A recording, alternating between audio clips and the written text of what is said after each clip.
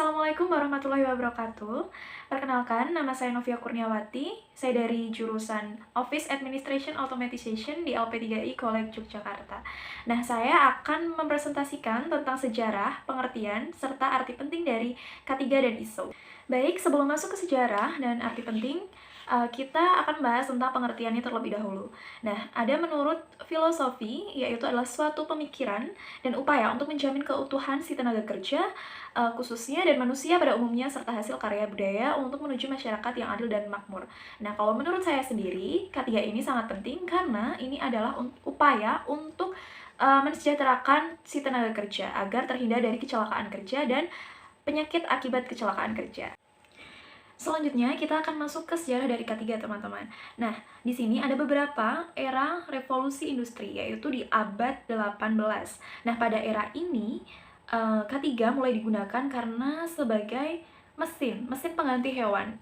Yang pertama adalah mesin uap. Mesin uap ini sering digunakan pada industri-industri, terlebih industri gula.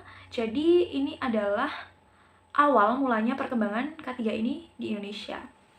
Yang selanjutnya di era industrialisasi. Nah, sejak ada era revolusi industri sampai dengan pertengahan abad ke-20, penggunaan teknologi ini semakin berkembang, teman-teman. Dan sehingga K3 ini juga mengikuti perkembangannya zamannya Indonesia ini. Nah, lalu mulailah diterapkan ada APD, safety device, interlock, dan alat-alat pengaman lainnya. Yang ketiga, pada era manajemen. Nah, era ini ada di tahun 1950. Perkembangan ini dimulai dengan teori, teman-teman. Teorinya si Heinrich, 1941. Dia meneliti penyebab-penyebab kecelakaan di tempat kerja. Jadi, ada 85% itu kecelakaan kerja terjadi karena faktor manusia. Nah, pada era yang keempat ini adalah era mendatang. Jadi perkembangan ketiga ini tidak hanya difokuskan pada permasalahan yang ada di tempat kerja saja, melainkan juga menyentuh aspek-aspek yang sifatnya publik atau masyarakat luas. Misalnya, bisa ketika kita berkendara, itu kita harus menggunakan helm sebagai pengaman kepala kita. Nah, yang terakhir kita akan membahas tentang arti penting dari penerapan K3 ini. Yang pertama adalah melindungi dan menjamin keselamatan kerja terhadap tenaga kerja dan orang lain di tempat tersebut. Jadi ini sangat penting diterapkan karena agar meminimalisir dan juga mencegah terjadinya kecelakaan akibat kelalaian kerja.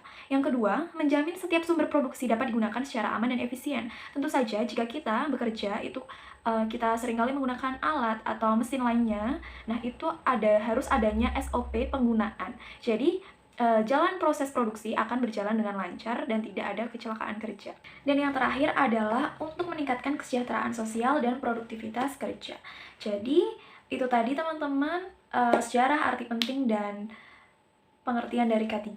Cukup sekian dari saya, mohon maaf bila ada salah kata. Wassalamualaikum warahmatullahi wabarakatuh.